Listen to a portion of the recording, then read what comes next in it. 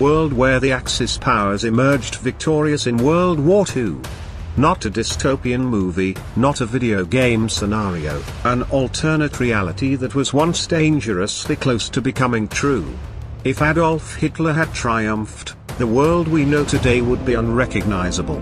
The democratic institutions we take for granted, the freedoms we cherish, and the very structure of global power would all have been rewritten. Let's step into a dark alternate timeline where Hitler won, and see what could have been. In this world, Germany does not lose at Stalingrad. Instead, the Soviet resistance collapses. Stalin is captured or executed. Moscow falls, and with it, the Eastern Front disintegrates. Nazi Germany seizes control over all of Eastern Europe, turning vast regions into brutal colonies ruled by the SS. The Jewish population, already devastated, is almost entirely wiped out. The Holocaust reaches a horrifying success, with extermination camps expanded and untouched by Allied liberation. Hitler's dream of Lebensraum, living space, becomes reality, as millions of Slavs are displaced or exterminated to make room for Aryan settlers. The Western Front never sees a D-Day, with Britain isolated and the United States choosing a policy of containment rather than confrontation. The Nazi regime consolidates its grip over the continent. Winston Churchill is remembered not as a hero, but as a relic of resistance that ultimately failed.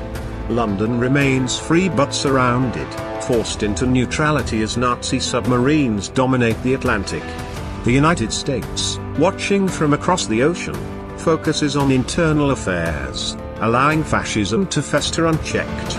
Meanwhile, in Asia, Japan retains its empire, having never suffered the atomic bombings of Hiroshima and Nagasaki. China is fragmented. Korea and large parts of Southeast Asia remain under Japanese control. The United States negotiates an uneasy peace with Tokyo, dividing the Pacific into spheres of influence. The Cold War never happens, because the United States has no rival in ideology, only one in terror. Fascism, not communism, becomes the global enemy. Technology still advances, but in strange and frightening ways. Without the moral awakening triggered by the Holocaust, medical ethics take a dark turn.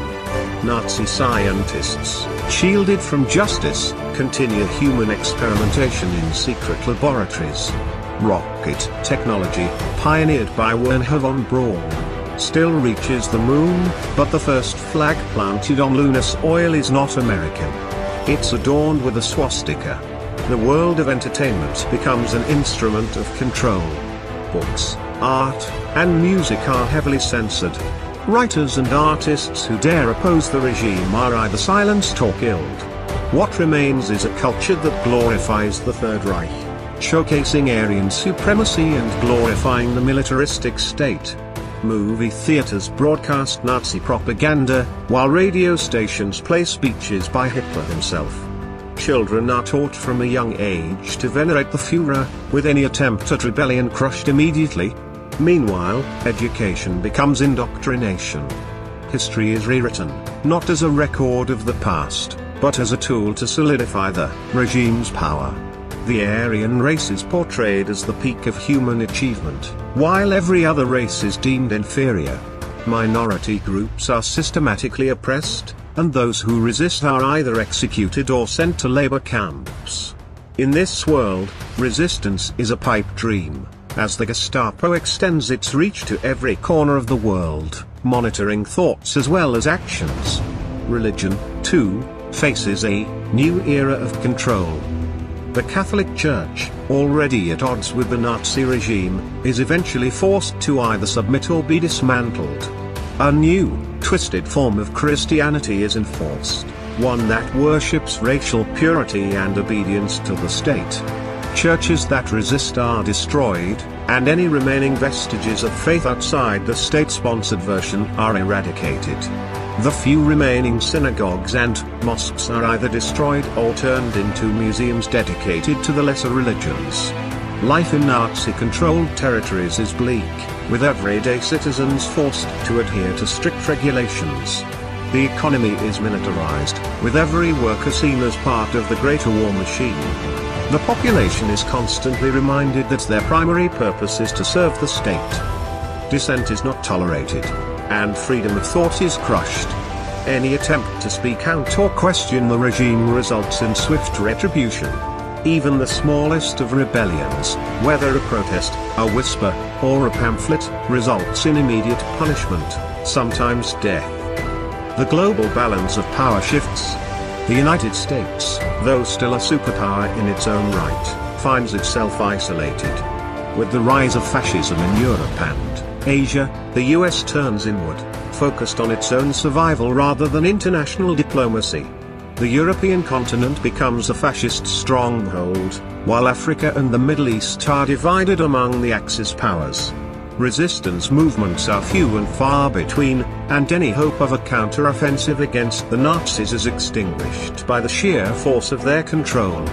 By the time the 21st century arrives, the world is a dark place.